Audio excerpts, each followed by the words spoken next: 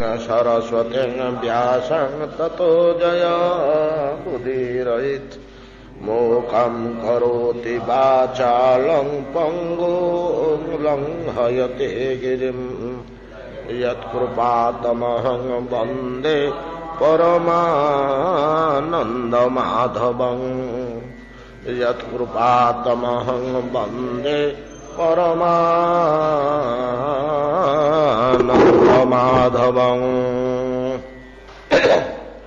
श्रीशुक उवाच इति संचिन्तयन् कृष्णं स्वफलकतनयोध्वने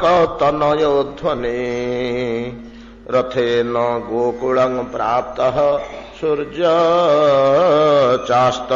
नृप पदानि तस्याखिललोकपाल किरीटजुष्टामलपादरेणो ददर्श गोष्ठे क्षिति कौतुकानि विलक्षितान्यब्जजबाङ्कुशाद्यै तदर्शनाह्लाद विवृद्ध सम्भ्रम प्रेम्णोर्ध्वरूमाकुलेक्षण प्रेम्णोर्ध्वरूमाश्रुकलाकुलेक्षण रथादवस्कन्द्य सते स्वचेष्टत प्रभोरमोऽन्यङ्घ्रिरजांस्यहो इति देहभृतं यान अर्थो हित्वा दम्भं भियं शुचम् सन्देशात् जो हरिर्लिङ्ग दर्शनं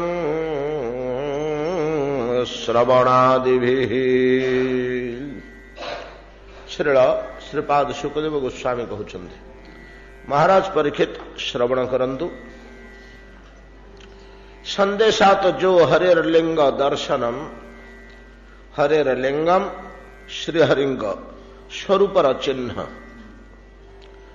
पाद चिन्हादि ब्रजमंडल चतुष्पार्श्व कृष्ण क्रीड़ा काल जेतेबेले परिभ्रमण करिसेंति ताहांकर पाद चिन्ह अष्टादश लक्षण विमंडित हो रही अक्रूर रथ उपरु ताहा दर्शन करी आनंद मूर्छित चित्तरे विह्वलित हो से पादधूली उपरे पड़िले से पादधूली की सर्वांगल बोलिले। सुखदेव गोस्वामी कहउछन्ते ये मायार जो हरिविस्मारक ईश्वर को भूले दवा अस्त्रत्रय प्रयोग करे जीव किपरि ईश्वर को भूली जाऊ संसार मोहरे माति जाऊ यह द्वारा संसार लीला निर्द्वंद्व निर्वाहित हो सृष्टि प्रक्रिया सुंदर भाव चालू रहिबो। जदि माया मुग्ध न होई मानव नामक मुख्य जीव भागवत चिंतन रे बुड़ी रहे व्यापृत रहे एवं समस्ते देह त्याग पर मुक्ति लाभ करी गोलोक वैकुंठादि गति करती ताहले भगवान सृष्टि नामक जो लीला चक्र ए लीला व्याहत हो एणु माया को निर्देश जीव को तू भूले संसार आबद्ध करी रख जेपरी संसार कार्य सुंदर भाव चलिब। माया ईश्वर को भूलेवा नानाविध कौशल विराट पसरा सजाड़ी थोई देछि ए विश्व भगवान मानव शरीर जो पांचटी इंद्रिय देइछन्ति से पांचटी इंद्रिय पई शब्द स्पर्श रूप रस गंध और पांच प्रकार पदार्थर विराट पसरा सजाड़ी थोइछि से पसराटी होछि विश्व। ए विश्वर ए शब्द स्पर्श रूप रसात्मक पदार्थ गुड़ी को भोग करने निमंते जीव हृदय जमी व्याकुलता आसब चक्षु द्वारा रूप स्पर्श द्वारा कर द्वारा स्पर्श कान द्वारा शब्द जिह्वा द्वारा रस इत्यादि को ଭୋଗ କରିବା ନିମନ୍ତେ ଜୀବ ଯେମିତି ବ୍ୟାକୁଳ ହେବ ମାୟା ତାର ବ୍ୟବସ୍ଥା କରେ। ତେବେ ଅନେକ ବ୍ୟବସ୍ଥା ଭିତରେ ମାୟାର ପ୍ରଧାନ ଅସ୍ତ୍ର ହେଉଛି ଈଶ୍ୱରଙ୍କୁ ଭୁଲିବା ପାଇଁ କି ଦମ୍ଭ, ଭୟ ଓ ଶୋକ। ଏ ତିନୋଟି ମୁଖ୍ୟ ଅସ୍ତ୍ର ମାୟାର ବର୍ଜନ ପୂର୍ବକ ଈଶ୍ୱର ଉପାସନା କଲେ ଜୀବ ଅନାୟାସରେ ଉଚ୍ଚଗତି ଲାଭ କରେ। ଉଚ୍ଚଗତି ଲାଭ କରେ। प्रशांतात्वा विगत भी और ब्रह्मचारी व्रते स्थित मन संयम्य मत चित्त जुक्तु आशित मत्पर बोले गीता कहते प्रसन्न चित्त होगले दंभ कमिगला, विगत भी भय छाड़देवाक हम एवं ब्रह्मचर्य बल द्वारा सकल प्रकार शोक ठारू जीव दूर रहे। गीता हमको इस श्लोक कहते यही प्रकार भाव में भगवान को पाखे चित्त संयोग करने कहुच्छे। अक्रूर जहाँ कले पथ मध्य से समस्त कार्य दंभ भय शोक वर्जित थिला बोली आमे गतकाली आलोचना करछे। अक्रूरंगर केमती दर्प बा दंभ अभाव थिला, केते कथा काली आलोचना कले, बहुत आड़क कथा पड़ेला। अक्रूर होचंदे कंसर राजमंत्री, विश्वस्त मंत्री, पारिवार मंत्री ओ ताहांको उपरे कंस निर्भरशील बोली हमको जना जाउछि। कृष्ण को राम को गोकुल आनिबा पे अन्य मंत्री माने समर्थ हेबेनी, अक्रूर को से कंस पठेछि। एते बड़ लोकटे जा उपरे राजा निर्भर करुछि, जे नहले राजार कार्य न चले। घोर विपद समय आश्रय करुचे जहांगु कंस भलिया नरपति, तार स्थान कोठी केते उच्चरे। से दंभ से दर्प नथिला अक्रूरंग मनरे। से दंभ दर्प जदि थांता ताहले से गोपाल बालकर पादरेणु देहरे बोली ही न थांते। मु कंस मंत्री अक्रूर, मो हाथ रे राजा नाचुची, मु जहा कहबी राजा ता करिवो, मु केते बड़ लोक, मु गोटे गोपाल बालकर पाद धूली बोली हेबी देहरे, छी एडे निकृष्ट कार्य करिबी। आउ मध्य आमे काली आलोचना करछे ए कथा सह, ए कथा आमे काली आलोचना करछे। या सहित आउ केते उडे कथा आलोचना करछे जे साधारण मनुष्य मध्य अनेक क्षेत्र रे दंभ और दर्पर प्रभाव भगवान को निकट को सम्मुखट को गले मध्य प्रणाम टे करने को समर्थ है। ठियारे ठियारे टे हाथ उठेदेला, मुंड भी नुआई पारानी। मथा एते उन्नत जे दर्प दंभ बल मुंड नुआई पारानी। विशेषकर उच्च पदवी थिबा सरकारी ऑफिसर माने आउ विशेष विशेष राजनैतिक व्यक्ति माने कहाँ भाँ केते जन हरिभक्ति संपन्न लोक को छाड़देले कि आंठू पकई मुंडिया मरचु हो जाऊन सामने। केतोटी हरिभक्त अच्छी जो मानकर जन्मरू सात्विक स्वभाव रही से माने उच्च पदवी थिले मध्य दर्प तांको छुई पारुनी।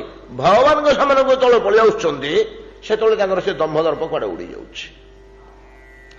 किंतु अधिकांश को देखा गले काली आम गोटे कथा आलोचना करछे,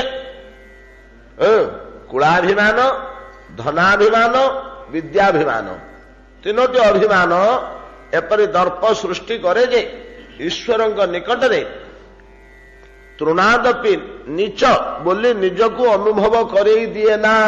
भगवान को पाद तले जा पाद तले आमे पढ़ी आसिले किरीट जुष्टा मणपाद रेणु जस्या खेल लोकपाल। लोकपाल इंद्र अग्नि जम सूर्य एमाने समस्ते जहां पाद तले प्रणाम करी से पाद धूली जदि उड़िकी पड़ जाइए किरीटी रे निजर रत्न किरीट से गौरव मन करती विभु पादर जो पड़ी मोर मस्तक बोली भगवान का पाद धूली गुरुदेवर पाद धूली ए दुईटा पड़ा मनुष्यर गौरववर्धक बोली कहुई परमार्थ दिगरू विस्तार कले गोसाई भलिया गोटे शब्द प्रयोग कर रामचरितमानस जो आश्चर्यान्वित हवा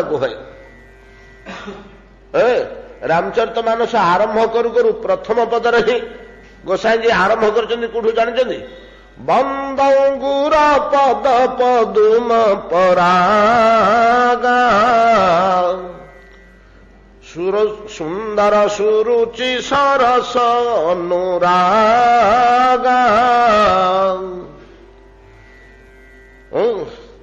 विमल संभूतन विमल विभूति मंगल मंजुल मोद प्रसूति कि अद्भुत सिद्धांत प्रथम रूप रे ना कि विद्वान लोकटे हो तत्वज्ञ लोकटे तुलसीदास गोसाई आरंभ करुचे मंगलाचरण ग्रंथ रु कूठू ना बंद क्या वंदना करुचे बंद गुर पद पद्म परागा गुरुदेव पाद धूलिकी प्रथम वंदना आरंभ कले बंद गुर पद पद्म परागा शुभक सुरुचि सरस अनुरागा जहा गुण ता पाखे रहा शुभग सौभाग्य प्रदानकारी सरस आनंद प्रदानकारी सुरुचि परम सौंदर्यमय बा सौंदर्य प्रदानकारी शुभग सुरुचि सरस अनुरागा ठीक अच्छे गुरुपाद पद्मर धूली हौ सौभाग्य प्रदायक आनंद प्रदायक सौंदर्य प्रदायक बा शोभा श्री प्रदायक सब हो गोटे पद लिखिदेला लोकटा टिके चिंता कलानी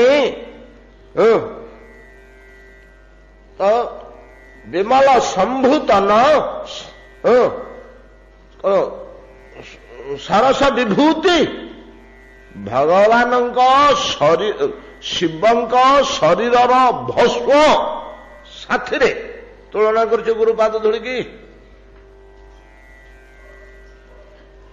गुरुदेव पाद धूली क्या साथी समान हो आपण जहा आपण गुरुदेव जिते बड़ लोक हेले पाद धूली नहीं आप शिव देहरे बोलिए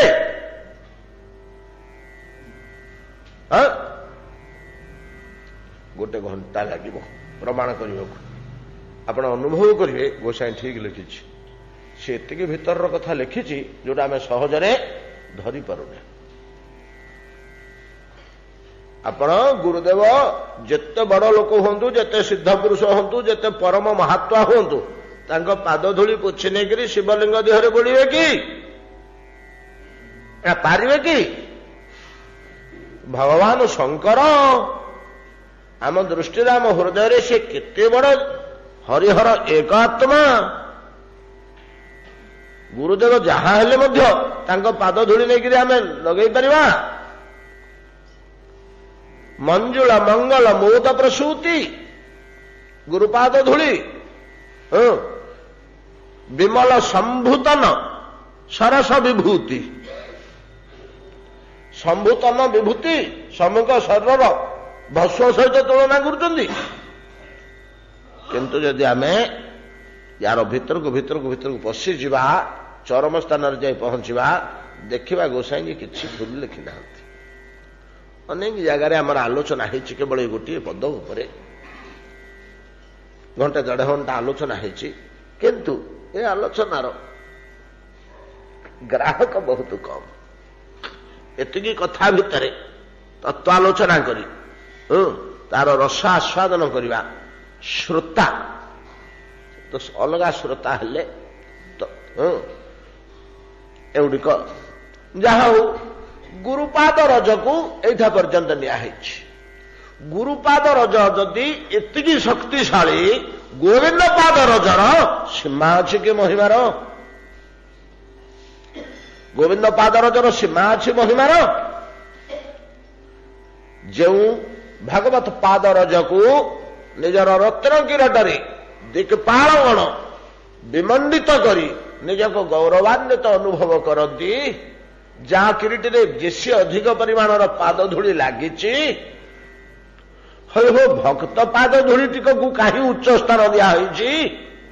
ନାଇଁ କି? ଗୁରୁଦେବଙ୍କ କଥା ଛାଡ଼ନ୍ତୁ, ହରିଭକ୍ତଟିଏ ତା ପାଦ ଧୂଳିର ଗୌରବ, ଗୋପାଙ୍ଗନା ମାନଙ୍କର ପାଦ ଧୂଳିକି ପରା ଉଦ୍ଧବ ବ୍ରହ୍ମା ଲୋଭ କରିଛନ୍ତି, ଆଶା କରିଛନ୍ତି ବୃନ୍ଦାବନେ କିମପି ଗୁଳ୍ମଲତ ଔଷଧୀନାଂ। କାହିଁକି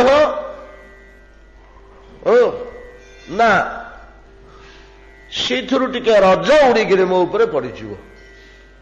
ଗୋପାଙ୍ଗନା ମାନେ ଯେତେବେଳେ ଚାଲି ଯାଉଥିବେ କ୍ଷିପ୍ର ଗତିରେ ଅରଣ୍ୟ ପଥରେ, ମସୃଣ ବୃନ୍ଦାବନ ରଜ ତାଙ୍କ ପାଦ ଲାଗିକିରି ଉପରକୁ ଉଠି ଯାଉଥିବ, ପବନରେ ଧୂଳି ଉଠୁଥିବ, ରାସ୍ତା କଡ଼ ଗଛ ଗୁଡାକରେ ଧୂଳି ପୋତି ହେଇଯାଇନଥାଏ କି? ରଙ୍ଗମାଟିଆ ରାସ୍ତାର ଦିପଟ ଗଛ ଲତା ଯାହା ଥିବ ତାର ପତରରେ ବୋଳି ହେଇଯାଇନଥାଏ ଧୂଳି ବହଳ ହେଇକିରି। ବ୍ରଜଟା ତ ଧୂଳିମୟ, ଦିପଟେ ଥିବା ଗଛ ମାନଙ୍କର ତ ଧୂଳି ଅଜାଡ଼ି ହେଇ ପଡିଥିବ, ପୋତି ହେଇ ରହିଥିବେ ବୃକ୍ଷଲତା ଗୁଡାକ। ବ୍ରହ୍ମା କହୁଛନ୍ତି ସେଇ ରାସ୍ତା କଡ଼େ ମତେ ଗୋଟିଏ ଗୁଳ୍ମ କରିଦିଅ, ବଡ ଗଛ କରିବନି, ଦ୍ରୁମ କରିବନି। ଦ୍ରୁମ କଲେ ଏତେ ଉପରକୁ ଧୂଳି ଉଠିବ କି ନ ଉଠିବ, ମସ୍ତକରେ ପଡିବନି। ମୋର ଗୁଳ୍ମଟିଏ ହେଲେ ମସ୍ତକଟି 2 ଫୁଟ କି 2.5 ଫୁଟ ଉଚ୍ଚାରେ ଥିବ, 2 ଫୁଟ 3 ଫୁଟ ଉଚ୍ଚାର ଗଛଟିଏ ହେଲେ ତା ନା ଗୁଳ୍ମ। 80, 90, 100, 150 ଫୁଟ ଉଚ୍ଚା ହେଲେ ସେ ଦ୍ରୁମ, ନାଇଁ କି? ଗୁଳ୍ମ ବୋଲେ ଛୋଟିଆ ଛୋଟିଆ ଗଛ। ବୃନ୍ଦାବନେ କ୍ରିମପି ଗୁଳ୍ମ ଲତୌଷଧୀନା। ଲତାଟିଏ ହେଲେ ମଧ୍ୟ ଚଳିବ, ଗୁଳ୍ମଟିଏ ହେଲେ ଚଳିବ, ଲତାଟିଏ ହେଲେ ଅଳ୍ପ 7 ଫୁଟ 8 ଫୁଟ 5 ଫୁଟ ଉପରକୁ ମାଳିବ, ଆଉ ବେଶୀ ଉପରକୁ ଲତା ଯାଇପାରିବନି। ଆମ୍ବ ଗଛ ଅଗୁକୁ ଲତା ଯାଇପାରୁନି, ବର ଗଛ ଅଗୁକୁ ଲତା ଯାଇପାରୁନି, 5-7 ହାତ ଉପରକୁ ଲତା ଉଠି ଯାଉଛି। ଲତା ହେଲେ ଚଳିବ, ଗୁଳ୍ମ ହେଲେ ସବୁଠୁ ଭଲ। ହଲଚଲ ହବାର ନାହିଁ, ସ୍ଥିର ହେଇକି ରହିବ, ଛୋଟିଆଟିଏ ହେଇଥିବ, ନିଘଞ୍ଚ ପତ୍ର ଗୁଳ୍ମର। ଗୋଟିଏ ହେଲେ ଧୂଳି ତଳକୁ ଖସିବନି, ଯାହା ଉଡ଼ିକିରି ଯିବ ସବୁତକ ରହିଯିବ ମୋ ମସ୍ତକରେ, ମୋର ଗୁଳ୍ମ ରୂପୀ ମସ୍ତକରେ ସବୁତକ ରହିଯିବ। ଲତା ହେଲେ ମଧ୍ୟ ଚଳିବ, ଯଦି ଗୁଳ୍ମ ନ ହୋଇପାରୁଛି ଲତା ହେଲେ। କିଛି ନହେଲା ବେଳକୁ ଔଷଧିଟିଏ। ଔଷଧି କହିଲେ ଯୋଉ ଗଛ ଥରେ ଫଳିଲେ ଆପେ ଆପେ ମରିଯାଏ ତା ନାଁ ହେଉଛି ଔଷଧି। ସେଇଟା ଆମର ପ୍ରାଣ ରକ୍ଷା କରେ, ଜୀବନୀ ଶକ୍ତି ତା ଦେହରେ ପ୍ରଚୁର ଅଛି। ତାକୁ ଭକ୍ଷଣ କଲେ ହିଁ ପ୍ରାଣଟା ବଞ୍ଚେ। ତ ସେଗୁଡ଼ିକ କିଏ? ସେ ନା ଶସ୍ୟ ଜାତୀୟ, ଧାନ, ଗହମ, ମକା, ବାଜରା, ମୁଗ, ବିରି, ହରଡ଼, ନାଇଁ କି? ଏଇ ଜାତୀୟ ଜିନିଷ ଗୁଡ଼ିକ ଶସ୍ୟ ଜାତୀୟ ଜିନିଷ, ଯୋଉ ଶସ୍ୟ ଦାନା ଆମେ ପ୍ରତିଦିନ ଆହାରରେ ମୁଖ୍ୟ ଖାଦ୍ୟ ରୂପେ ଗ୍ରହଣ କରୁ, ଭାତ, ଡାଲି ପ୍ରଭୃତି। ସେଇଥିରେ ହିଁ ଔଷଧି, ତା ନାଁ ହେଉଛି ଔଷଧି, ପ୍ରାଣ ରକ୍ଷାକାରୀ। ଔଷଧୟ ଔଷଧୟ କିଏ? ସେ ଏ ଶସ୍ୟ ଜାତୀୟ। ଏଇଥିରୁ ହେଲେ ଗୋଟିଏ କରିଦେଲେ ଛୋଟିଆ ଗଛଟିଏ ରାସ୍ତା କଡ଼ିଥିବ, ରାଶି ଗଛଟିଏ କି ବିରି ଗଛଟିଏ କି ଗହମ ଗଛଟିଏ ହେଇକି ରାସ୍ତା କଡ଼େ ଯଦି ମୁଁ ରହିଥିବି, ତାହେଲେ ଧୂଳି ଉଡ଼ିକିରି ମୋର ସର୍ବାଙ୍ଗରେ ବୋଳି ହେଇକି ରହିଥିବ। କାହାର ପାଦ ଧୂଳି? ଗୋପାଙ୍ଗନା ମାନଙ୍କ ପାଦ ଧୂଳି। କିଏ ବୃକ୍ଷଲତା ଗୁଳ୍ମ ଔଷଧି ହେବାକୁ ଚାହୁଁଛି? କୋଟି ବ୍ରହ୍ମାଣ୍ଡର ପ୍ରଥମ ପୁରୁଷ ବ୍ରହ୍ମା, ଭକ୍ତ ପାଦ ଧୂଳିଛି, ଭକ୍ତ ପାଦ ଧୂଳିଛି। ଭରତ ମହାଶୟ ସ୍ପଷ୍ଟ ଭାବରେ କହିଲେ, ରୌଗଣ ରୌଗଣ ତମକୁ 50 ପୃଷ୍ଠାର ଶାସ୍ତ୍ର ଜ୍ଞାନ ବତେଇ ଆସିଲି। 50 କାହିଁ ବେଶୀ ହବ, ରହୁଗଣ ଯାହା ଶିକ୍ଷା ଦେଇଛନ୍ତି। ସବାରିରୁ ଓହ୍ଲେଇ ରାଜା ସାଷ୍ଟାଙ୍ଗ ପ୍ରଣିପାତ କରି ପାଦ ତଳେ ପଚାରିଲେ, ଆପଣ କିଏ? ସେ ଇଏ ଅନର୍ଗଳ ଗାଇଗଲେ ତାଙ୍କୁ ଶିକ୍ଷା। କୋଉ ଶିକ୍ଷା ଆଉ ନ ଦେଇଛନ୍ତି କହିବାକୁ ନାହିଁ ଜଡ଼ ଭରତ। ଲାଷ୍ଟ ଶ୍ଲୋକଟାରେ କଣ କହିଲେ? ଏତେ କଥା କହିଲି ସିନା ରହୁଗଣ, ଏଗୁଡ଼ା କିଛି ହବନି, ହେ ଖାଲି ଶୁଣିବା କଥା, ଏଗୁଡ଼ା କିଛି କରିହବନି। ଗୋଟିଏ କାମ କରିବ ବୋଲି ଯୋଉଟା ଚାହିଁବ ସେଟା ହେଇଯିବ। ଯେତେ କଥା ତମକୁ 50 ପୃଷ୍ଠା ଭିତରେ ବତେଇ ଆସିଲି, ଏଥିରୁ ଗୋଟିଏ ହେଲେ କରିବା ସମ୍ଭବ ନୁହଁ, ଖାଲି ଶୁଣିଲ ସିନା। ଲିସୁନଟେ ପକେଇଦେବୁ, ଉପରକୁ ଚଢିଯିବୁ, ହାତ ବଢେଇକି ତ ଚନ୍ଦ୍ରଟାକୁ ଧରି ପଳେଇ ଆସିବୁ, ଆଉ କଣ? ସରିଗଲା କଥା। ଲିଶୁଣି ପକେଇକି ତ ଚଢିଯିବୁ ଉପରକୁ ଧରି ପଳେଇ ଆସିବୁ ଚନ୍ଦ୍ରମାଙ୍କୁ ଛାତ ଉପରେ ଲିଶୁଣିଟା ପକେଇବୁ କଥାରେ ସରିଗଲା କାମରେ ଧରି ପଳେଇ ଆସିବୁ ଚନ୍ଦ୍ରମାକୁ ଛାତ ଉପରେ ଲିଶୁଣି ପକେଇକିରି ଯେପରି ସେମିତି କଥା ଅଲଗା କାର୍ଯ୍ୟ ଅଲଗା କାର୍ଯ୍ୟ ତ ଏଗୁଡାକ ହବନି ଥିଓରିଟିକାଲି ମୁଁ ତମକୁ ବତେଇଦେଲି ପ୍ରାକ୍ଟିକାଲି ହବନି ଗୋଟିଏ ହେଲେ କରିହବନି କିନ୍ତୁ ଏଇଭଳିଆ ଗୋଟିଏ କୌଶଳ ଅଛି ରହୁଗଣ ରାଜା ସେ ରାଜାଙ୍କ ନାଁ ରହୁଗଣ ସେ ସିନ୍ଧୁ ସୌବୀର ଦେଶର ରାଜା ଟାଣୁଆ ରାଜାଟେ ପରମାର୍ଥ ଦୃଷ୍ଟିରୁ ବ୍ରହ୍ମଜ୍ଞାନ ଶିକ୍ଷା କରିବା ପାଇଁ କି କପିଳ ମୁନିଙ୍କ ଆଶ୍ରମକୁ ଯାଉଥିଲେ ବାଟରେ ଭର୍ତ୍ତ ମୁନିଙ୍କ ସହିତ ଦେଖା ହେଇକିରି ଜଡ ଭର୍ତ୍ତଙ୍କ ସହିତ ଦେଖା ହେଇଛି ଏହା କୌଣସି କୌଶଳଟି ମତେ ଟିକେ ବତାନ୍ତୁନି କଣ କଲେ ଏଥିରୁ ଯୋଉଟା ମୁଁ ଚାହିଁବି ହେଇଯିବ ଆପଣ ବତେଇଥିବା କଥା ମାନଙ୍କ ଭିତରୁ ପରମାର୍ଥ ସାଧନା ମାନଙ୍କ ଭିତରୁ ନା ଗୋଟିଏ ତ ଜିନିଷ ଆଉ ତାକୁ ପ୍ରୟୋଗ କଲେ ଯୋଉଟା ଚାହିଁବ ସେଟା ହେଇଯିବ ଆଉ କଣ ସେଟା ରହୁଗଣ ତତ ତପସାନ ଜାତି ନଚେ ଜୟା ନିର୍ବାପଣାତ ଗୃହାତ ବା ନ ଛନ୍ଦସା ନୈବ ଜଳାଗ୍ନି ସୂର୍ଯ୍ୟ ବିନା ମହତ ପାଦ ରଜୋଭିଷେକମ୍ ତମେ ଗାଧେଇ ପକ ଆଜ୍ଞା ମୁଁ ତ ନୀତି ଗାଧଉଛି ନା ପାଣିରେ ଗାଧେଇବନି ହଉ ଆଜ୍ଞା ଗଙ୍ଗା ପାଣି ନାହିଁ ଗଙ୍ଗା ଜଳ ନୁହଁ ଆଜ୍ଞା ପଞ୍ଚାମୃତରେ ଗାଧେଇବି ନା ତା ମଧ୍ୟ ନୁହଁ କୋଉଥିରେ ଗାଧେଇବ ବିନା ମହତ୍ୱର ଅଭିଷେକ କହିଲେ ସ୍ନାନ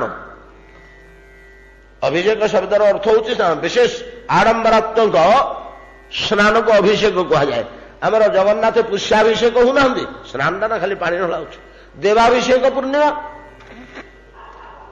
କୋଉଦିନ ଜ୍ୟେଷ୍ଠ ପୂର୍ଣ୍ଣିମା କଣ ସେଟାକୁ କହନ୍ତି ସ୍ନାନ ପୂର୍ଣ୍ଣିମା ଅଭିଷେକ ନା ସେଟା ଆଉ ଅଭିମନ୍ତ୍ରିତ ଜଳରେ ବାଜା ବାଜଣା ଆଡମ୍ବର ସହକାରେ ବିବିଧ ମନ୍ତ୍ର ବେଦ ଧ୍ୱନି ହରିଧ୍ୱନି ହୁଳୁଧ୍ୱନି ଭିତରେ ମହାମହୋତ୍ସବ ଭିତରେ ସ୍ନାନ କାର୍ଯ୍ୟ ବାଥରୁମ ଗାଧୁଆକୁ ଅଭିଷେକ କହନ୍ତିନି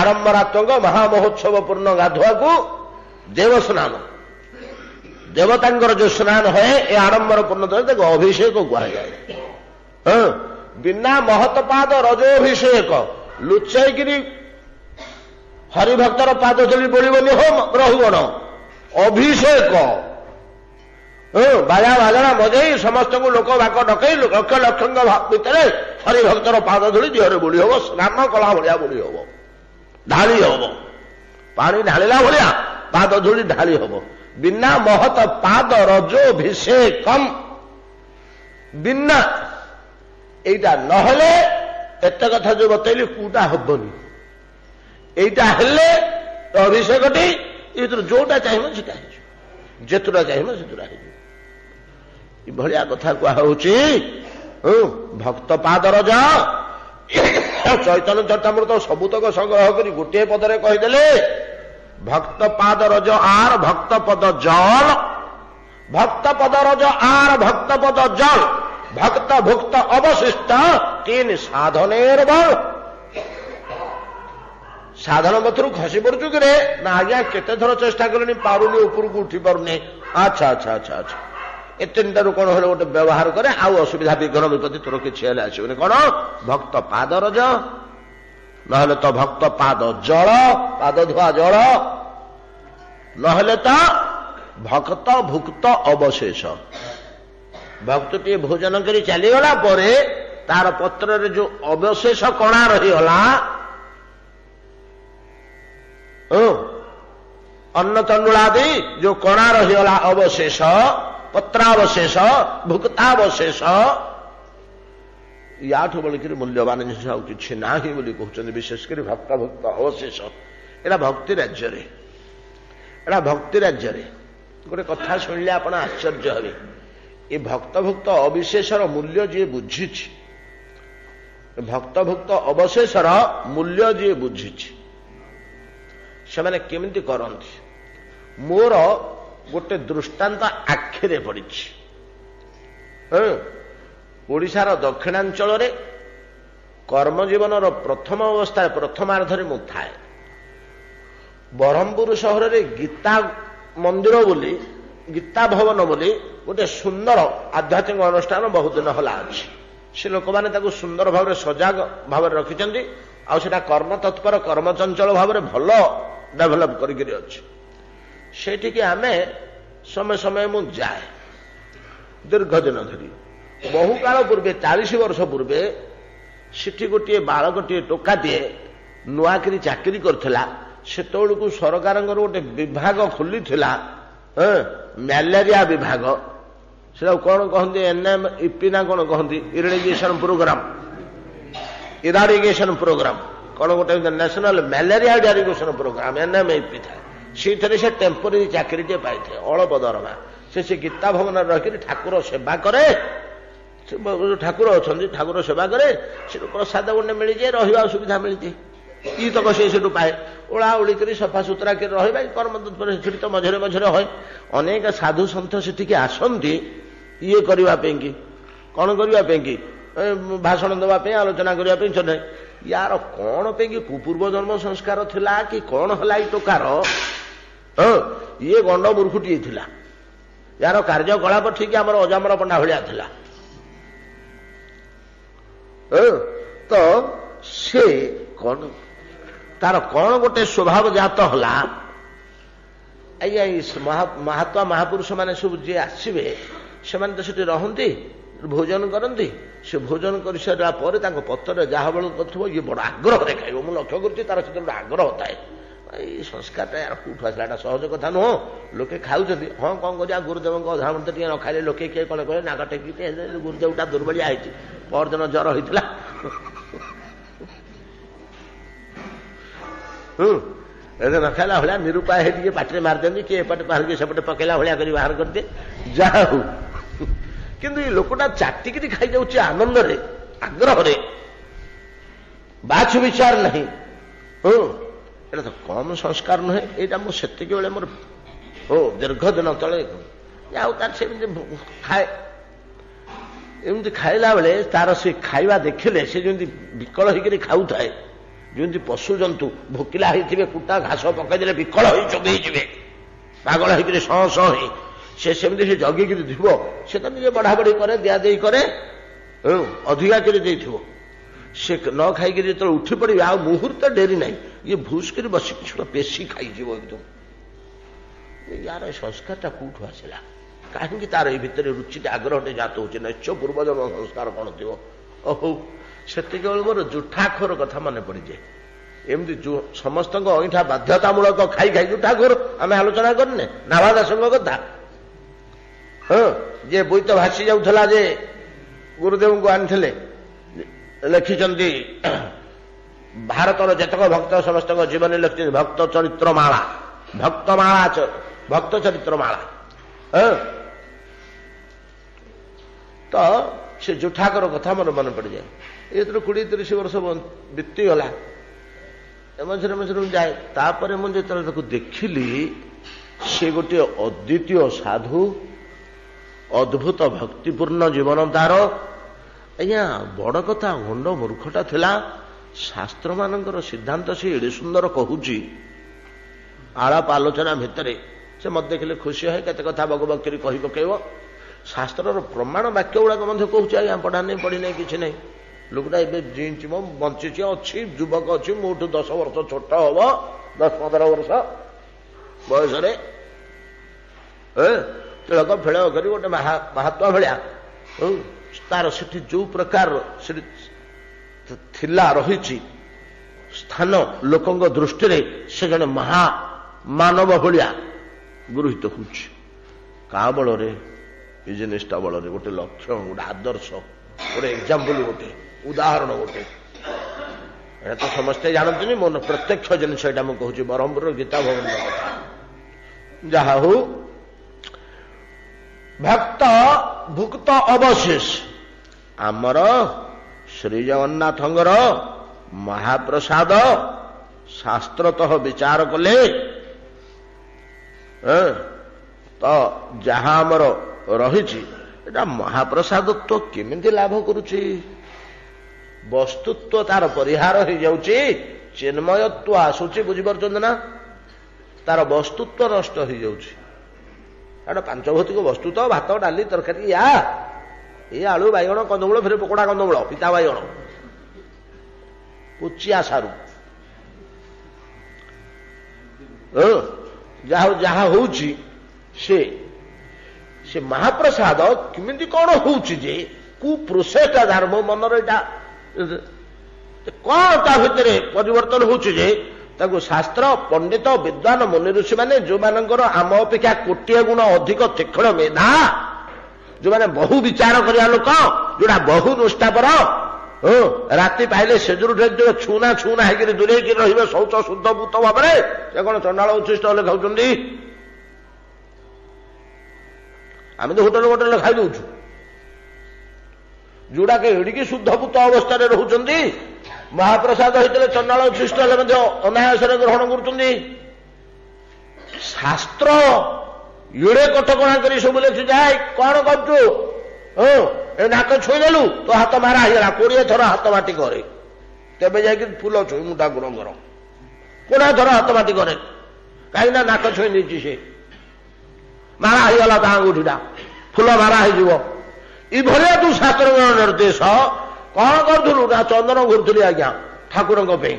କେତେ ଥର ହାତ ମାଟି କରିଥିଲୁ ତା ପୂର୍ବରୁ? ନା ଆଜ୍ଞା 21 ଥର କରିଛେ। ନା ହଉ ଚଳିବ। ଧୋଇଛୁ ତ ସବୁଥର? ନା ହଁ। କେଡ଼େ କେଡ଼େ ଗୁଳା ମାଟି? ନା ଆଜ୍ଞା ବଦରି ସମାନ। ପାଣି? ନା ପ୍ରତିଥର ଢାଳେ 4 ଲିଟିଆ ଢାଳରେ ଧୋଇଛୁ? ନା ହଁ ଏମିତି ଧୋଇଛି। ଶାସ୍ତ୍ରଙ୍କ ସ୍ୱଭାବ ୟା, ଏତିକି କଡ଼ାକଡ଼ି ଆମକୁ ଦେଇଛନ୍ତି। କେମିତି ଘୋରିଲୁ? ନା ଆଜ୍ଞା ସୁଗନ୍ଧ ଶୁଚି ପବିତ୍ର ଜଳ ପକେଇଲି, 10 ଆଙ୍ଗୁଠିରେ ଚନ୍ଦନ କାଠକୁ ଧରିକିରି ଘୋରିଲି। କେମିତି ଘୋରିଲୁ? ନା ଏମିତି ଘୋରିଲି। ଆଉ ୟାଡୁ 4 ଥର ଘୋରେ, ସିଆଡୁ 4 ଥର ଘୋରେ, ୟାଡୁ 4-6 ଥର ଘୋରେ, ସିଆଡୁ 4 ଥର। ସିଆଡୁ ଘୋରିଲୁ? ନା ହଁ ଆଜ୍ଞା ଗୋଟେ ଆଡୁ ଘୋରିଲେ ଭଲ ଶୀଘ୍ର ଛିଡ଼ିବନି ବୋଲି ସେପଟ ଆଡୁ ଘୋରିଛି, ସେ ଚନ୍ଦନ ମାରା ହେଇଗଲା, ଆଉ ଠାକୁର ଲଗେଇବାକୁ ହବନି। ସେତେବେଳେ ଜୋର ନିଶ୍ୱାସ ନେଉଥିଲୁ କି? ନା ନାଇଁ ଆଜ୍ଞା ଚିପି ହେଇକିରି ଥିଲି। କଥା କହିବା ଦୂରେ ଥାଉ, ଛିଙ୍କିବା ଖାସିବା ଦୂରେ ଥାଉ, ନିଶ୍ୱାସ ମଧ୍ୟ ଜୋର କରି ନେବାକୁ ମାନେ ଚନ୍ଦନ ଘୋରିଲା ବେଳେ। ଆପଣ ଦେଖନ୍ତୁ ଶାସ୍ତ୍ର, ତନ୍ତ୍ରଶାସ୍ତ୍ରରେ କେମିତିକା ଫୁଲ ଚନ୍ଦନର କଥା କଣ କୁହାହଉଛି। କଣ ମାରା ହେଇଗଲା? ନା ବାମାବର୍ତ୍ତ କରିଦେଲୁ, ଡାହାଣରୁ ବାହାକୁ ବୁଲେଇ ଦେଲୁ, ଯଦି ଚନ୍ଦନ କାଠ ମାରା ହେଇଗଲା ଦକ୍ଷିଣାବର୍ତ୍ତରେ ହିଁ ଘୋରା ହବ। ଯୋଉ ଶାସ୍ତ୍ର ୟା କହୁଛନ୍ତି ଚନ୍ଦନ ଟିକେ ଘୋରିବା ପାଇଁ ଏତିକି କଟକଣା, ସିଏ ମହାପ୍ରସାଦ ସମ୍ବନ୍ଧରେ ଯେତେବେଳେ ସେଇ ଶାସ୍ତ୍ର କହିବାକୁ ଗଲେ ବୋଲେ କଣ ହବାର ବେଳେ? ନା ଆଜ୍ଞା ମହାପ୍ରସାଦ। ନା ଠିକ ଅଛି। କୁକୁରସ୍ୟ ମୁଖାତ ଭ୍ରଷ୍ଟ ଯଦି ପତିତ ଭୂତଳେ। ଭଙ୍ଗା ହାଣ୍ଡିରୁ ଛେଲୁଆ ଖଣ୍ଡେ ଧରି କୁକୁର ଧରି ପଳଉଥିଲା, ସେ ଛେଲୁଆଟା ଫଟାଟା ଖଣ୍ଡେ ତା ବାଟରେ ଅଛି, ଖଣ୍ଡେ ଖସି ପଡ଼ିଲା, ନହେଲେ କିଏ ଆଗରେ ଗୋଟେଆ କୁକୁରଟେ ବସି ଯାଇଛି ବୋଲି ତା ବାଟରୁ ଖସି ପଡ଼ିଲା ଛେଲୁଆଟା। ସେଇଥିରୁ ଆଣି ଭୋଜନ କଲେ ମାରା ହେଇଥିବା ପଇତା ପବିତ୍ର ହେଇଯିବ। ପଇତା ମାରା ହବନି। କୁକୁରସ୍ୟ ମୁଖାତ ଭ୍ରଷ୍ଟ ଯଦି ପତତି ଭୂତଳେ। ଚୈତନ୍ୟ ମହାପ୍ରଭୁ ଗୋଟେଇକିରି ନେଲେ। ସାର୍ବଭୌମ ଭଟ୍ଟାଚାର୍ଯ୍ୟ ସମସ୍ତ ଭାରତର ଅଦ୍ୱିତୀୟ ବିଦ୍ୱାନ, ତା ନିଷ୍ଠା ତାହାର ମହାପ୍ରସାଦ ଖାଏ ନା।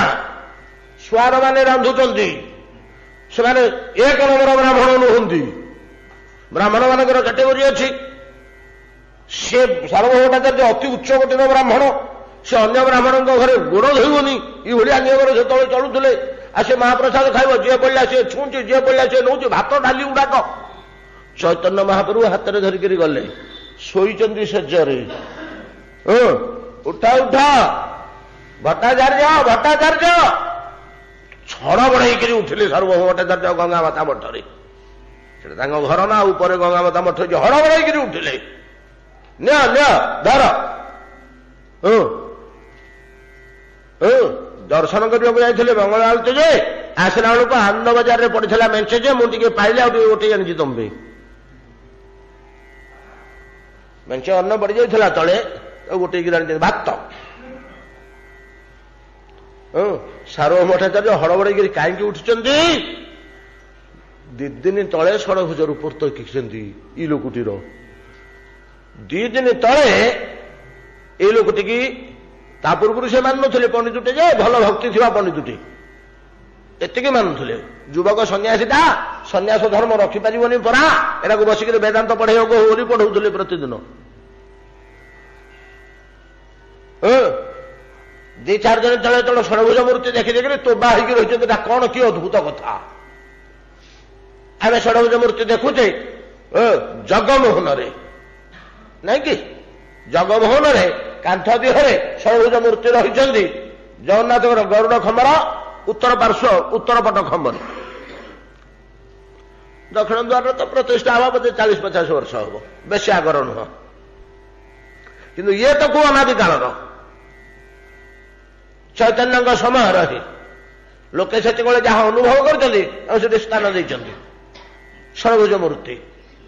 ସେଇ ଷଡ଼ଭୁଜ ମୂର୍ତ୍ତି ଦେଖିଛନ୍ତି ତ ହଡ଼ବଡ଼େଇକିରି ଉଠିଛନ୍ତି, ମୁହଁ ଧୋଇ ନାହାନ୍ତି। ଦୌଡ଼ି ପଳେଇଗଲା, ଧର ଧର ଧର, ଉଦ୍ଧାର ହୋଇଯିବ, ମୋକ୍ଷ ପାଇଯିବ। ଯୋଉ ମୋକ୍ଷ ମୁକ୍ତି ମୁକ୍ତି ହଉଛ ବେଦାନ୍ତ ଆଲୋଚନା କରି, ଏଇ ଗୋଟେ ମୁହୂର୍ତ୍ତରେ ମୋକ୍ଷ ହବ, ଧର। ସାଙ୍ଗେ ସାଙ୍ଗେ ହାତ ବଢ଼େଇକି ଧରିଲେ, ମୁହଁ ଧୋଇ ନାହାନ୍ତି, ଦାନ୍ତ ଘଷି ନାହାନ୍ତି, ଲୁଗା ବଦଳେଇ ନାହାନ୍ତି, ଶୌଚ ଅଶୌଚ ଭାତ ଗୁଡାକ ହାତରେ ଧରିଲେ, ବାକ୍ୟ ରଚନା କଲେ। ଏଗୁଡାକ ମହାପୁରୁଷ ଗୁଡାକ ତ ବଡ ଜଣକ, ଏଇଟା ସାର୍ବଭୌମଠାକୁରଙ୍କ ବାକ୍ୟ ନା।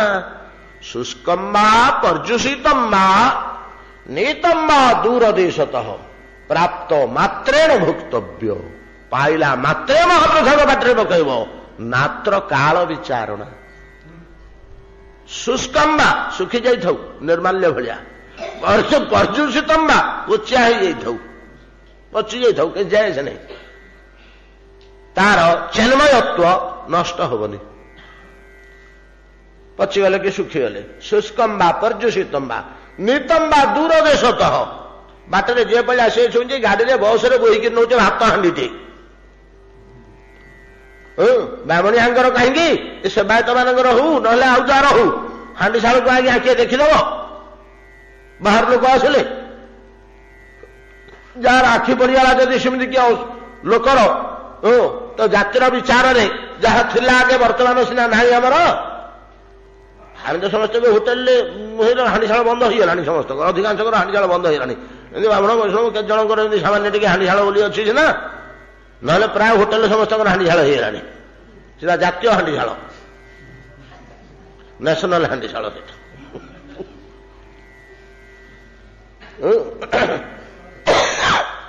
ଚାହିଁଦେବ କି ସେ ଚାହିଁଦେଲେ ମାରା ହେଇଯିବନି, ହାଣ୍ଡି ମାରା ହେଇଯିବନି। ଇ ସଂସ୍କୃତିରେ ଆମେ ଗড়ି ଆସୁଥିଲେ ନା ପରମ୍ପରା କ୍ରମେ। ଆଉ ସେଇ ଭାତ ହାଣ୍ଡି, ରନ୍ଧା ଭାତ ହାଣ୍ଡି ଗାଡିରେ ଲଦା ହେଇକରି ଯାଉଛି। 300 ଲୋକ ଗାଡିରେ ବସିଛନ୍ତି, ଯିଏ ଯାଉଛି ତା ଲୁଗା ଘୋଷା ଯାଉଛି। ସେ କି ଜାତି କଣ କି ଆସୁନାକିରି କିଏ ତାକୁ ଖାଇବ? ଶ୍ରେଷ୍ଠ ବ୍ରାହ୍ମଣ ମାନେ। କଣ ତା ଭିତରେ ଅଛି ଯେ ଏଇଭଳିଆ ସ୍ଥାନକୁ ନିଆ ହେଇଛି? ଯୋଉ ଶାସ୍ତ୍ର କହୁଛନ୍ତି ଏଇଭଳିଆ ଚନ୍ଦନ ଘୋରିବ ନହେଲେ ମାରା ହେଇଯିବ, ସେଇ ଶାସ୍ତ୍ର କହୁଛି କୁକୁର ଖାଇଥିଲେ ମଧ୍ୟ କିଛି ଅସୁବିଧା ନାହିଁ, ସେଥିରେ ଉଚ୍ଛିଷ୍ଟ ଜ୍ଞାନ ଘେରିବାକୁ ହବନି। ଚିନ୍ମୟ ପଦାର୍ଥଟା। ପୋଖରୀ ଅଛି ଗାଁ ମୁଣ୍ଡରେ,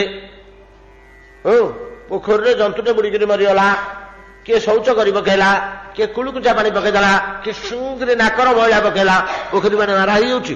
ଦେବଭୋଗ୍ୟ ହଉନି, ମାରା ହବନି। ତାର ସେମିତି କିଛି କାରଣ ଅଛି ଯେ ଯୋଉ କାରଣରୁ ମହିଳା ତାକୁ ସ୍ପର୍ଶ କରିବନି। ଗୋଟାକ ଆମର ଆଲୋଚନା କରିବାକୁ ହେଲେ ଆବଶ୍ୟକ ନାହିଁ। ନଦୀର ପାଣି ମାରା ହେଇଯାଉଛି, କେତେ ମହିଳା କେତେ ଶବ ପଚିକିରି ଭାସି ଯାଉଛି ତା ଦେହରେ, କେତେ କଣ ମହିଳା ତା ଭିତରେ ଲୋକେ ଢାଳି ଦଉଛନ୍ତି, ଦୂଷିତ ହେଇଯାଉଛି, ମାରା ହଉଛି। ଆପଣ ଲେବୋରେଟୋରୀରେ ପରୀକ୍ଷା କରିବା କଥା ଅଲଗା, ଦେବ ମନ୍ଦିରକୁ ଯିବା ପାଇଁ ନଦୀ ପାଣି ମାରା ହବ କି? 4 ଦିନ ତଳେ ସେଥିରେ ଶବ ଭାସୁଥିଲା ବୋଲି ଯେମିତି ମାରା ହୁଏ ନା, ସେମିତିକା ମହାପ୍ରସାଦ କୌଣସି ଦୋଷରେ ମାରା ହବନି। ଇ ଚିନ୍ମୟତ୍ଵ ତା ପାଖରେ କୋଉଠୁ ଆସିଲା? ସତ କଥା କହିଲେ 7ଟା ହରିଭକ୍ତର ଉଚ୍ଛିଷ୍ଟ ହେଲା ପରେ ତାକୁ, ଯାହା ଆମର ନିଗୁଢ ଶାସ୍ତ୍ରରେ ଅଛି। ଆମେ ବେଶୀ ଆଲୋଚନା କରିବା, ଏଟା ଗୋପନୀୟ ଜିନିଷ। ଖାଲି ଟିକେ ନାଗ ଶୁଣନ୍ତୁ। ବୈଷ୍ଣବ ଆଗ୍ନିରେ ସାକ୍ଷାତ ମହାଲକ୍ଷ୍ମୀଙ୍କ ମନ୍ତ୍ରରେ ବା ଦେବୀ ପାଚନ କରିବେ, ରୋଷେଇ କରିବେ। ରୋଷେଇ କଲା ପରେ ଯୋଉ ଠାଟା ତିଆରି ହବ, ସେଟା ଶ୍ରୀଯନ୍ତ୍ରର ଗୋଟିଏ ଠା ତିଆରି ହବ, ତା ଉପରେ ସେ ଥୁଆ ହବ ମଣ୍ଡଳ ଉପରେ। ମଣ୍ଡଳ ଉପରେ ଯେତେବେଳେ ପାତାଳ ନୃସିଂହ ମନ୍ତ୍ରରେ ପୁରୋକ୍ଷଣ ହବ, କେଉଁ ମନ୍ତ୍ରରେ ଭୋଗ ଲାଗିବ ସେଟା କହିବାକୁ ହବନି, କିନ୍ତୁ ପୁରୋକ୍ଷଣଟା ପାତାଳ ନୃସିଂହ ମନ୍ତ୍ରରେ ହବ। ସାଧାରଣ ନୃସିଂହ ମନ୍ତ୍ର ନୁହଁ, ପାତାଳ ନୃସିଂହ ମନ୍ତ୍ର ବୋଲି ବିଶେଷ ମନ୍ତ୍ର ଅଛି। ସେଇ ମନ୍ତ୍ରରେ ପ୍ରୋକ୍ଷଣ ହବ, ପ୍ରୋକ୍ଷଣରୁ ଶୁଦ୍ଧ ହବ। ତାପରେ ଦିବ୍ୟ ମନ୍ତ୍ରରେ ଭୋଗ ଲାଗିବ। ସେଇ ବସ୍ତୁଟିକି ବଡ଼ ଠାକୁରଙ୍କ ହାତକୁ ବଢ଼ା ହବ। ବଡ଼ ଠାକୁର ଦେବେ ସୁଭଦ୍ରାଙ୍କ ହାତରେ, ସୁଭଦ୍ରା ଜଗନ୍ନାଥଙ୍କୁ ଖୁଆଇବେ। ଯାହା ବଳି ପଡ଼ିଲା, 7ଟା ଭକ୍ତ ଜଗିକିରି ଅଛନ୍ତି। 1 ନମ୍ବର, 2 ନମ୍ବର ପ୍ରହ୍ଲାଦ, ବଳି, ଭୀଷ୍ମ, ହନୁମାନ, ଏମିତି କିଏ ଅଛନ୍ତି। ସେ 7 ଜଣ, ତାପରେ ଜଣେ ଇଏ ଖାଇବ, ତା ପତ୍ରରୁ ବଳିଲେ ସେ ଖାଇବ, ତା ପତ୍ରରୁ ବଳିଲେ ସେ ଖାଇବ। ଏମିତି 7 ଜଣ କହି ସେପଟେ ପ୍ରୋସେସିଂ ହେଇକିରି ବାହାରିଲା ପରେ ସେ ଚିନ୍ମୟତ୍ୱ ପ୍ରାପ୍ତ ହେଲା। ଆଉ ତା ଦେହରେ ଭୁଲ ଦୋଷର ପ୍ରଶ୍ନ ନାହିଁ, ସ୍ପର୍ଶ। ତେବେ ଦେଖନ୍ତୁ ଭକ୍ତ ଭୁକ୍ତ ଅବଶେଷର କିଭଳିଆ ତେଜ ରହିଛି, ଶକ୍ତି ରହିଛି। ଏଗୁଡ଼ା କଣ ମୂର୍ଖ ଲୋକମାନେ ତିଆରି କରିଛନ୍ତି କି? ଏଗୁଡ଼ା ମୂର୍ଖ ଲୋକମାନେ ତିଆରି କରିଛନ୍ତି? ଭଗବାନଙ୍କ ଅବତାର ବ୍ୟାସ ପରା ଆସିକି ରଚନା କରି ଯାଇଛନ୍ତି ଏସବୁ ଶାସ୍ତ୍ର। ଏବଂ ପ୍ରବୀଣ ପଣ୍ଡିତ ମାନେ, ବେଦଜ୍ଞ ପୁରୁଷ ମାନେ, ପରମ ନିଷ୍ଠାପର ଶୌଚ ସମ୍ପନ୍ନ ପୁରୁଷ ମାନେ ଏହାକୁ ଅନୁମୋଦନ କରିକି ତା ପାଇଁ କାରିକା ତିଆରି କରିଛନ୍ତି। ଛୋଟିଆ ମୋଟିଆ ଲୋକ ବିଚାର କରିନାହାନ୍ତି, ଅନ୍ଧବିଶ୍ୱାସୀ ଲୋକ ତିଆରି କରିନାହାନ୍ତି। ଭକ୍ତ ଭୁକ୍ତ ଅବଶେଷ 3 ସାଧନେର ବଳ। ଯଦି ସାଧନା ପଥରେ କୌଣସି ବିଘ୍ନ ଆସୁଛି, ଆଗକୁ ଆଗେଇ ହଉନି, ସେତିକି ବେଳେ ଏ 3ଟାରୁ ଯଦି କିଛି ପ୍ରୟୋଗ କରିଦିଆଯାଏ, ଆଉ ବିଘ୍ନ ବିପଦ ଗୋଟିଏ ହେଲେ ଆସିବନି। ଭଗବତ ଭଜନ ପଥରେ, ସାଧନ ପଥରେ ଆପଣ ଧୀରେ ଧୀରେ ଆଗେଇ ଯିବେ। ଇଏ ହଉଛି ଉପାସନାର ପାଦ ଧୂଳିର ମହତ୍ଵ, ପାଦ ଜଳର ମହତ୍ଵ ଏବଂ ଭୋଜନ ଅବଶେଷର ମହତ୍ଵ। এই ପ୍ରକାର ପାଦ ଧୂଳି ସାଧାରଣ ଯଦି ଭକ୍ତର ୟା, ଗୁରୁଦେବର ୟା, ଆଉ ଗୋବିନ୍ଦର ପାଦ ଧୂଳି, ତାକୁ କିରୀଟରେ ବହନ କରି ଲୋକପାଳ ମାନେ ଗୌରବାନ୍ୱିତ ମନେ କରିବନି ନିଜକୁ, ହେଇପାରେ। କିନ୍ତୁ ବର୍ତ୍ତମାନ ବାହ୍ୟ ଦୃଷ୍ଟିରୁ ଦେଖିଲେ ଅକ୍ରୂର ମହାଶକ୍ତିଶାଳୀ କଂସମନ୍ତ୍ରୀ କୃଷ୍ଣ ଏକ ଗୋକୁଳ ନିରୀହ ବାଳକ, ଯାହା ପାଖରେ କିଛି ବିଶେଷତ୍ୱ ନାହିଁ। ଜାତିରେ ବୈଶ୍ୟ, କାର୍ଯ୍ୟ ଗୋଚାରଣ, ବୟସରେ କ୍ଷୁଦ୍ର, ବାସ ବନ ଭିତରେ। ତାର ପାଦ ଧୂଳିରେ ଭୁଲୁଣ୍ଠିତ ହଉଛନ୍ତି। ଦମ୍ଭ ଅଛି, ନିଜର କଂସ ମନ୍ତ୍ରିତ୍ୱ ଦମ୍ଭ ଅଛି। ମୁଁ କଂସର ମନ୍ତ୍ରୀ, ଯେପରି ଦମ୍ଭ ନାହିଁ, ଠିକ ତଦ୍ରୂପ ଭୟ ନାହିଁ କି ସୂଚ ନାହିଁ। ଭୟ କେମିତି ନାହିଁ? ଭୟ ନାହିଁ କାହିଁକି? ମୁଁ କଂସର ଦୂତ ହିସାବରେ କୃଷ୍ଣ ବଳରାମଙ୍କୁ ନବା ପାଇଁ ଆସିଛି। ଆମର ମନ୍ତ୍ରଣା ଥିଲା କୌଶଳ କ୍ରମେ କୃଷ୍ଣ ରାମଙ୍କୁ ନେଇ କୌଣସି ମତେ ଆମେ ହାତୀ ପାଦ ତଳେ ପେଶି ମାରିଦେବୁ। ହାତୀ ପାଦରୁ ଯଦି ଭାଗ୍ୟବଶତ ବଞ୍ଚିଗଲେ ତାହେଲେ ଅଷ୍ଟମଲ୍ଲ ଅଛନ୍ତି। ଏ 2ଟା ମହାଶକ୍ତି ଏପର୍ଯ୍ୟନ୍ତ ଅଛନ୍ତି। ତା ତଳର ଯେତେକ ଶକ୍ତି ଗୁଡ଼ିକ ପଠା ହେଇଥିଲା ସେଟା ଅକାର୍ଯ୍ୟ ହେଇଗଲା, କିଛି କାମ କଲାନି। ତେଣୁ ନିଜ ଅକ୍ତିଆରକୁ ନେଇ ଏ 2ଟା ଶକ୍ତିକି ରେଡିକିରି ରଖାଯାଇଛି। ଏ 2ଟା ଅନିର୍ବାର୍ଯ୍ୟ ଶକ୍ତି, ଅଲଙ୍ଘନୀୟ ଶକ୍ତି। ଅତଏବ ଆମର କୃଷ୍ଣ ଆଉ ବଳରାମ ହଉଛନ୍ତି ଚରମ ତମ ଶତ୍ରୁ, ଏବଂ ମୁଁ ଆସିଛି ଶତ୍ରୁ ବିଜୟର ଅତ୍ୟନ୍ତ ବିଶ୍ୱସ୍ତ କାର୍ଯ୍ୟକର୍ତ୍ତା ହିସାବରେ, କର୍ମକର୍ତ୍ତା ହିସାବରେ କାର୍ଯ୍ୟ ନିର୍ବାହ କରିବା ପାଇଁ। କାହାର? କଂସର ଯେ ଘୋରତର ଶତ୍ରୁ, ବା ମୋର ଯେ ଘୋରତର ଶତ୍ରୁ କଂସ ତରଫରୁ। ଆଜି ମୁଁ ଯଦି କଂସର ଯେ ମହାଶତ୍ରୁ, ତାର ପାଦ ଧୂଳିକି ବୋଳି ହେଉଥିବା କଥା କିଏ ଗୋଟେ ଯାଇ କଂସକୁ କହିଦବ, ମୋ ଅବସ୍ଥା କଣ ହବ? ମୋ ଅବସ୍ଥା କଣ ହବ?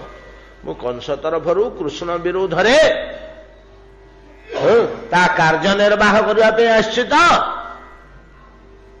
ଯଦି ଜଣାପଡ଼ିବ ଯେ ମୁଁ କଂସର ଶତ୍ରୁ କୃଷ୍ଣଙ୍କର ବଶୀଭୂତ, ତାକୁ ପ୍ରଭୁ ଜ୍ଞାନ କରେ, ତାର ପାଦ ଧୂଳି ନିଏ, ତାକୁ ମାନେ, ଭିତରେ ଭିତରେ ତା ସାଥିରେ ମୋର ସମ୍ବନ୍ଧ ଅଛି, ମୁଁ କଂସ ପାଖରେ ରହି ମଧ୍ୟ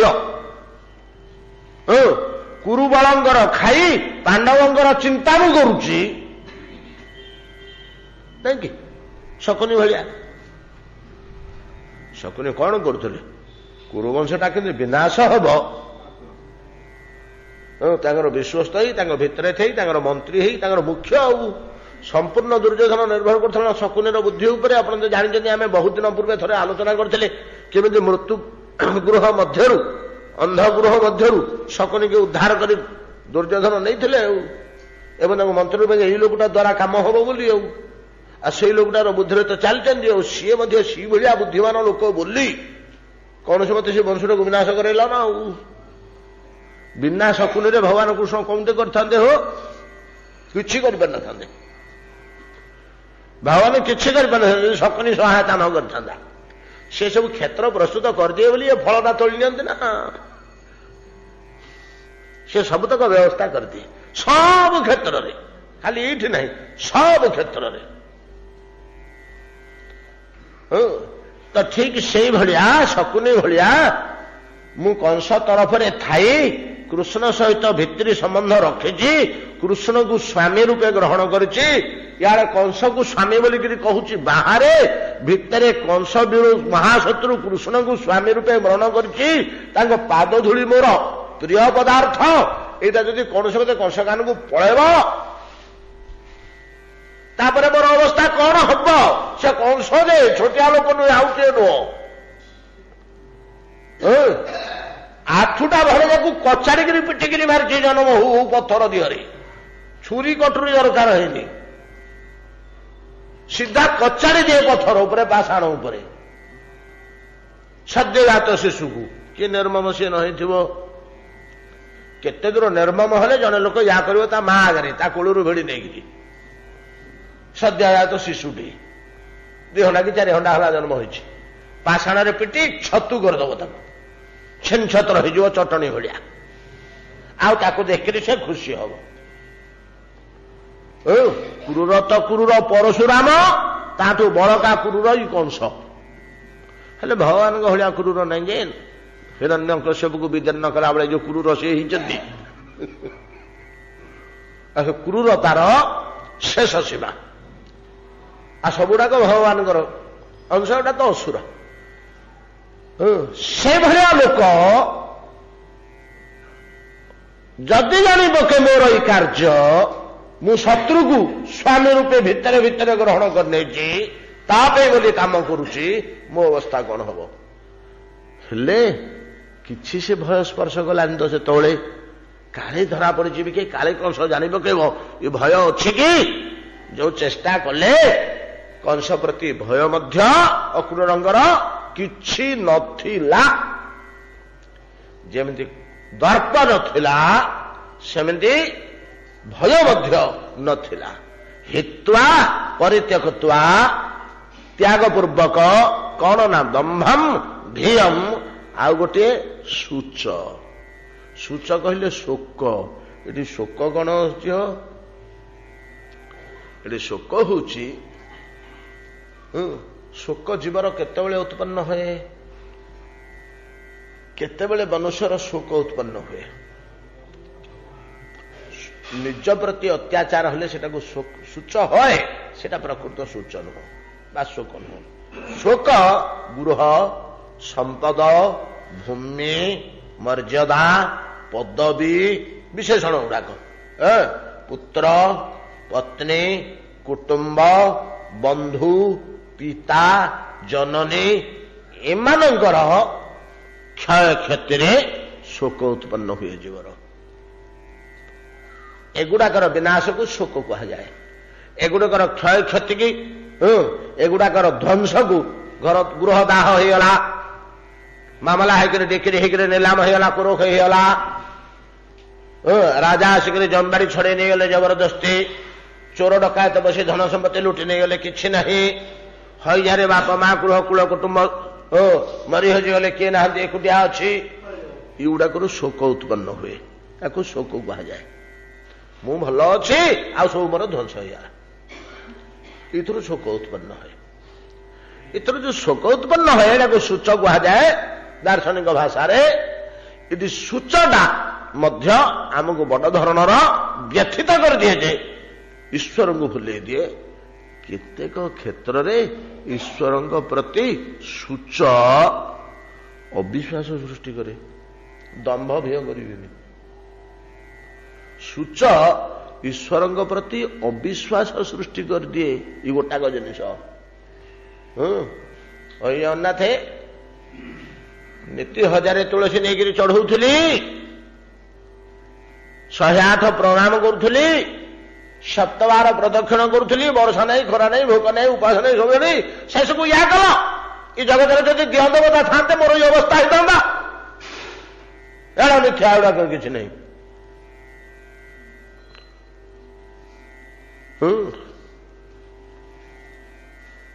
ଅନେକ ସମୟରେ ଜୀବ ନିଜର କର୍ମ ପାଇଁ ଭଗବାନଙ୍କ ଉପରେ ଦୋଷ ଦିଏ ନେଇକି।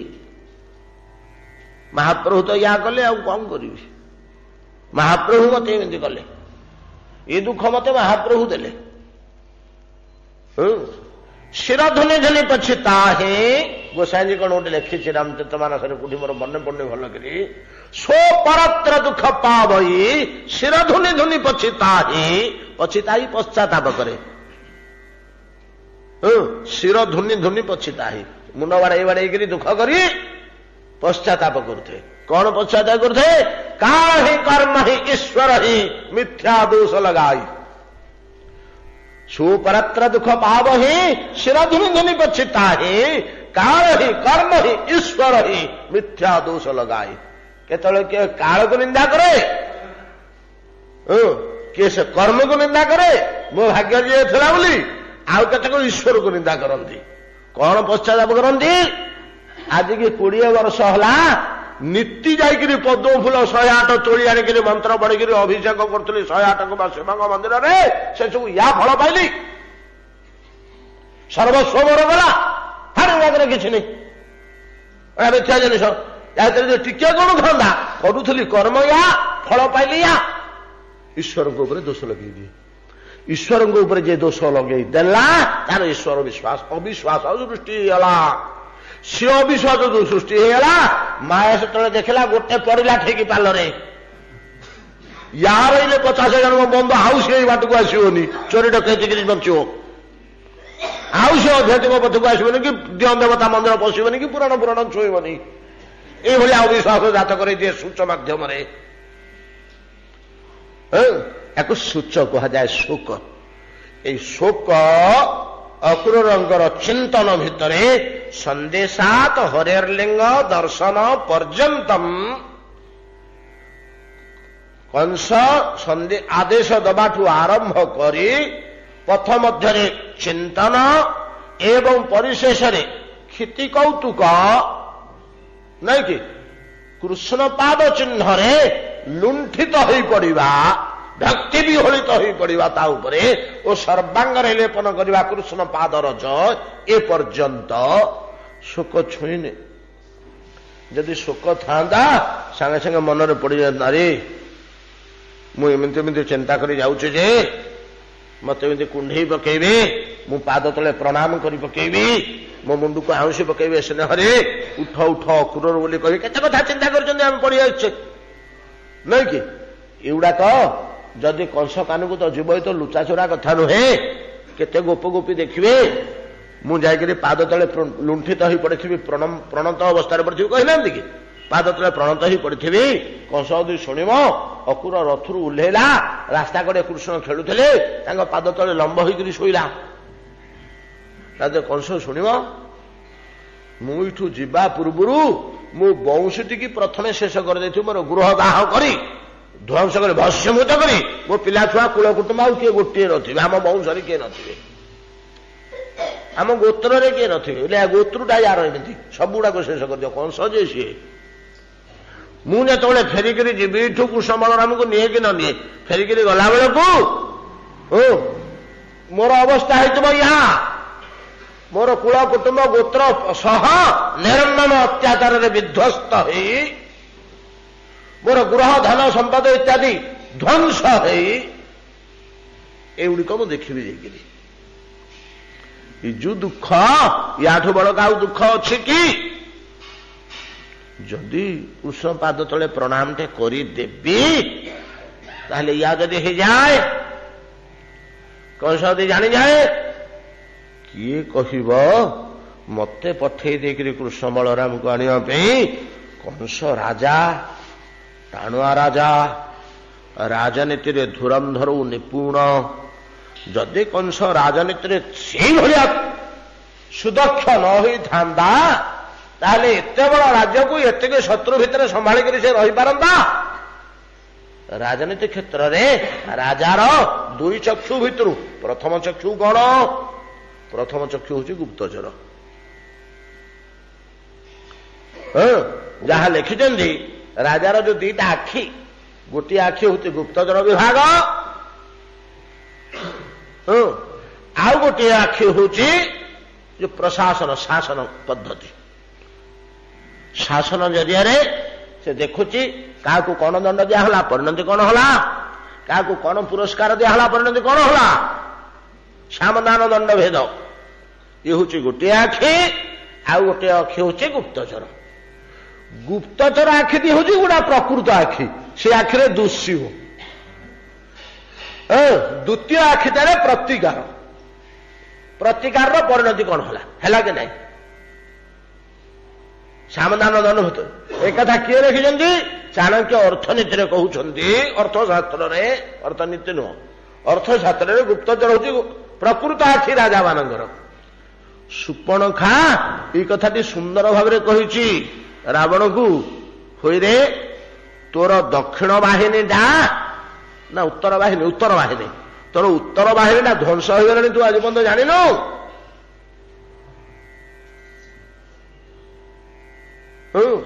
खर दूषण त्रिशिरा तोर जे सेनापति उत्तर बाहिनी तो राष्ट्र उत्तर दिगटा एटा जगई थाए ना कुठी सेटा कि बनती पंचवटी पंचवटी भितर तार गोटे क्यांप थाए ना जमी अमेरिकार डिएगो गार्सिया गोटे क्यांप थिला एशिया महादेश को गाइड करने को राडार फाडार सब तार से थाए ये अंचल टाक से नजर रखी थे कौटी रही अमेरिका कौटी रही डिएगो गार्सिया एति दूर आसिक क्यांप कर